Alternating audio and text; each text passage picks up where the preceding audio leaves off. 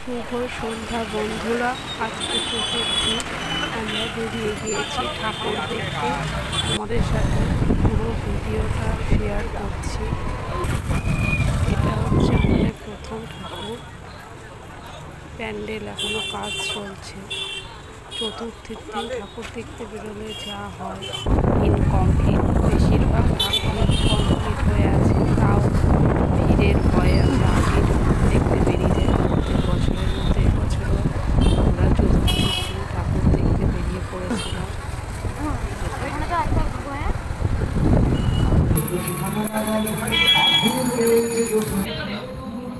এই প্যান্ডেলটা তো অনেক রিকোয়েস্ট করে ভিতরে ঢুকেছি, কোনো মতেই ঢুকতে দিচ্ছিল না।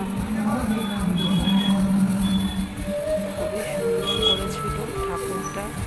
এবার পরের ঠাকুরটা দেখতে আমরা এখন মেন রোডে উঠে পড়েছি।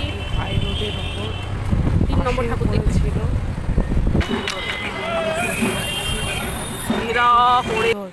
রাজস্থানী মন্দিরের একটা থিম করেছিল এখানে। আস্তে আস্তে আমরা সেরকম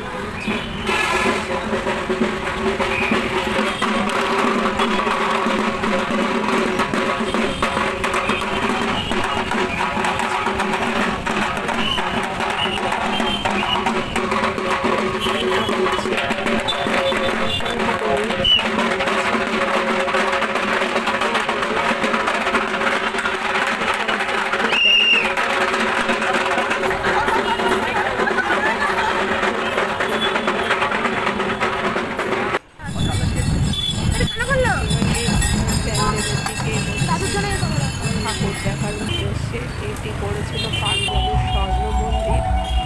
তো আজকে উদ্বোধন ছিল, তাই আমাদের ভিতরে ঢুকতে দেয়নি। আরেকটা ঠাকুরের চলে যাচ্ছে এটা। কাজটা তো মোটামুটি ভালো, লাইটিংগুলো খুব সুন্দর করেছিল এখানটা।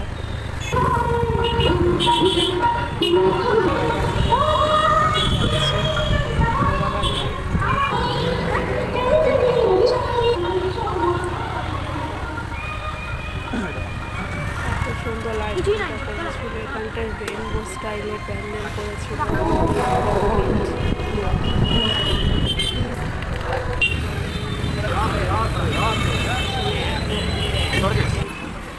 তারপরে আমরা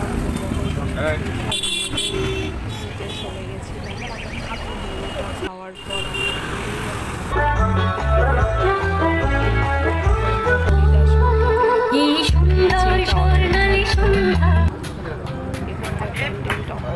অপূর্ব করেছিল, দুর্দান্ত হাতের কাজ। সবাইকে এই ঠাকুরটা অবশ্যই দেখতে যেতে, প্রত্যেকের অপূর্ব লাগবে।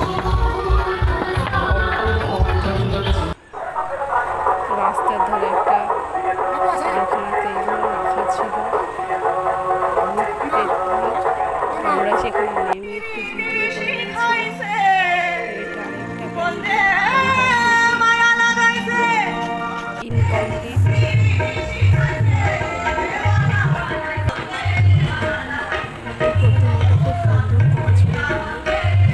প্যান্ডেলটা তৈরি হচ্ছে। এটা হচ্ছে আরেকটা ঠাকুর, হরিদাস মন্দির। বলা হচ্ছিল মূর্তিটা পুরো ট্র্যাডিশনাল থিম করেছিল এখানটা।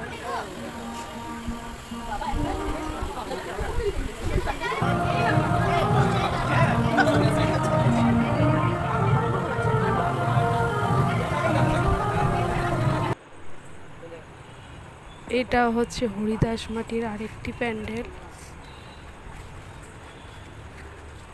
পুরোটাই ইনকমপ্লিট, আমি কিছুই বুঝতে পারলাম না ভিতরে ঢুকে।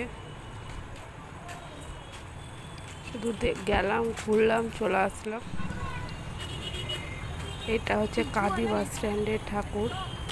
প্যান্ডেলটা খুব সুন্দর করেছিল, পুরো লাইটিংয়ের ওপর অনেকটা জায়গা জুড়ে হয়েছিল। প্রত্যেক বছর এখানে খুব সুন্দর সুন্দর